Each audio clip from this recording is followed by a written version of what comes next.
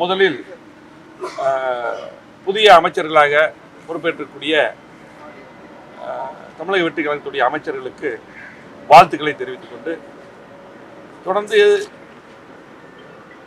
இன்னைக்கு கூட நாங்கள் பத்திரிகை மீட்டே தேவையில்லை நினைச்சிட்டு இருந்தோம். இருந்தாலும் கூட இன்னைக்கு கூட ஒரு குறிப்பாக ஒரு சில பத்திரிகைகள் தொடர்ந்து நாங்கள் அமைச்சர்களாக பொறுப்பேற்கிறதுக்கு எல்லாம் பேசிகிட்டு இருந்தோம்.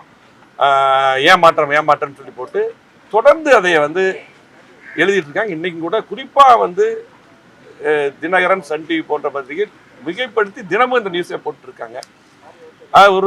இன்னும் சில பத்திரிகைகள்லாம் இதுக்கு முன்னாடி அதிகமாக ப்ரெஸ் மீட் பண்ண எங்களது அமைப்பு செயலாளர் அருமையண்ணன் CV சண்முகன் அவர்களோ, நான் பேசும் பொழுதோ ஏதாவது ஒரு முறையாவது நாங்கள் இப்படி அமைச்சர்கள்லாம் உள்ள போன்னு சொல்லலை ஒன்று. அதே போல் ஒரு 3 நாளைக்கு முன்னாடி தாவக தரப்பில் ப்ரெஸ் மீட் பண்ணும்போதும் அவங்க அமைச்சர்களாக எங்கள்கிட்ட கேட்கலன்னு சொல்லி அவங்களும் விளக்கமாக சொல்லியிருந்தாங்க. ஆனால் ஒரு சில பேர் இது எங்களுக்கு ஒரு கெட்ட பேர் உண்டு பண்ணுவதற்காக இது தொடர்ந்துட்டு இருக்காங்க. நாங்கள் எங்களை பொறுத்தளவுக்கு தமிழக வெற்றி கழகம் இன்றைக்கு மக்கள் அந்த கட்சிக்கு ஆதரவு கொடுத்துருக்காங்க. அதே போல் திமுக எதிர்ப்பில் இன்னைக்கு அவங்களும் அதே போல் திமுக எதிர்த்த நாங்கள் தொடர்ந்து புரட்சியாளர் எம்ஜிஆர் அம்மா அரசியல் பண்ணி நாங்கள் மக்களை சந்தித்தோம். அவங்களும் அதே போல் சந்தித்தாங்க. இந்த அடிப்படையில் தான் மக்கள் இன்னைக்கு ஆதரவு என்ற அடிப்படையில் தான் அந்த ஆதரவு சொல்லி தெளிவுபடுத்திக்கிட்டோம். இதை இதுக்கு முன்னாடி நாங்களும் தெளிவு பண்ணோம். ஆகவே தொடர்ந்து ஆனால் பார்த்தீங்கன்னா எங்களது கழக தொண்டர்கிட்ட பொதுமக்கள்கிட்ட ஒரு பெரிய குரூப் இதை கொண்டு போய் சேர்த்திட்டே இருக்காங்க. எங்களுக்கு பார்த்தீங்கன்னா எங்களை பொறுத்தளவுக்கு அதிமுக இன்றைக்கு தோல்வி செஞ்சிருக்கிறது நாங்கள் ஏற்றுக்கிறோம். அதை எப்படி அதை சரி பண்ண முடியும், எப்படி சரி பண்ண வேண்டும், அதுக்கு தானே தொடர்ந்து பார்த்தீங்கன்னா அது நாங்கள் அதிமுக உடனே பிளவு அதெல்லாம் கிடையாது. எங்களுக்குள்ள ஒரு கருத்து வேறுபாடு, இதை திரும்பி சொல்லிக்கிறோம். அந்த கருத்து வேறுபாடு எப்படி சரி செய்யணும், அதுக்கு தான் நாங்கள் பார்த்தீங்கன்னா பொதுக்குழு உறுப்பினர்கள்லாம் இருக்காங்க. அதை பேசி ஒரு பொதுக்குழு கூட்டுவேன்னு சொல்லி கோரிக்கை பொதுச்செயர் இப்போ பார்த்தீங்கன்னா அன்னைக்கு சொன்னால் இப்போ எப்போ அந்த நடப்பாளையாக தான் பொதுச்செயர் நாங்கள் அவங்ககிட்ட தான் அது கொடுப்போம்னு சொல்லி நாங்கள் ஆய்வு பண்ணணும் எப்படி இந்த தோல்வி வந்ததுன்னு சொல்லி இதை தான் சொல்லிடுவோம். ஆனால் தொடர்ந்து இதை ஒரு தவறான எண்ணத்தை பதவிக்கான்னு கொண்டு போய் சில பேர் ஒரு பெரிய டீம் ஒர்க்கே பண்ணிட்டு இருக்காங்க. ஒரு தவறான எண்ணத்தை இதுக்கு அந்த ஆளுங்கட்சி தரப்பும் அதுக்கு விளக்கம் சொல்லிட்டாங்க. அதே போல பார்த்தீங்கன்னா நாங்களும் அதை பற்றி இதுவரையிலும் நாங்கள் அதை பற்றி பேச முடியல. நாங்கள் எதுக்காக ஆதரவுன்னு ஃபஸ்ட்டு நாங்கள் விளக்கம் சொல்லிட்டோம். ஆனால் தொடர்ந்து பார்த்தீங்கன்னா இன்னைக்கு அதை எழுதிட்டு இருக்காங்க. நாங்கள் கூட சரி இதுக்கு ஒன்றும் விளக்கம் சொல்ல வேண்டிய அவசியம் இல்லை, அவங்களே சொல்லிட்டாங்களேன்னு சொல்லிட்டு. ஆனால் இன்னைக்கும் அதை எழுதுறாங்க. எனவே ரொம்ப ஒரு வருத்தமான ஒரு தவறான எண்ணத்தை இப்போ பார்த்து இப்போ இருக்க சூழ்நிலையில் ஊடகங்கள் ட்விட்டர், ஃபேஸ்புக் எல்லாம் ஒரு தவறான ஒரு எண்ணத்தை எடுத்து இதை அப்படி பரப்பி மக்களிடம் கொண்டு போய் ஒரு குழப்பத்தை ஏற்படுத்தக்கூடிய சூழ்நிலை இன்னைக்கு காலம் மாறிட்டு இருக்கு.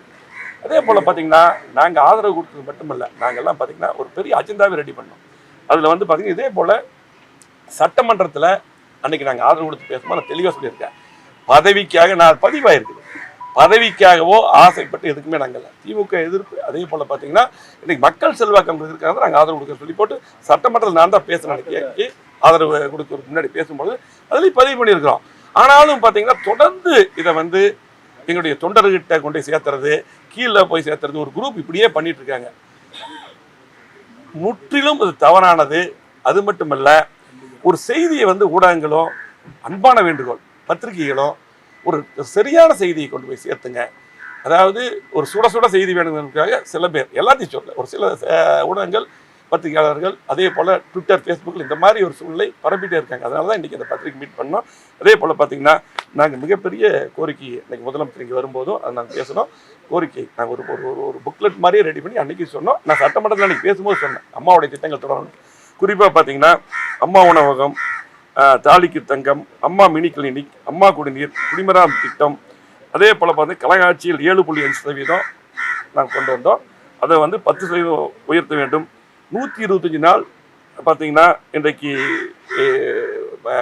100 நாள் வேலை திட்டத்தை அதை 150 நாளாக உயர்த்தணும். இப்படி பல்வேறு ஒரு புக்லெட்டே ரெடி பண்ணி இதெல்லாம் அந்த ஆதரவுக்கு அந்த போய் இதெல்லாம் நாங்கள் ஒன்று ரெடி பண்ணியிருக்கோம், இதெல்லாம் நீங்கள் பண்ணணும், இந்த திட்டங்கள்லாம் மக்களுக்கு தரோன்னு சொல்லி போட்டு மக்களும் முக்கியம்.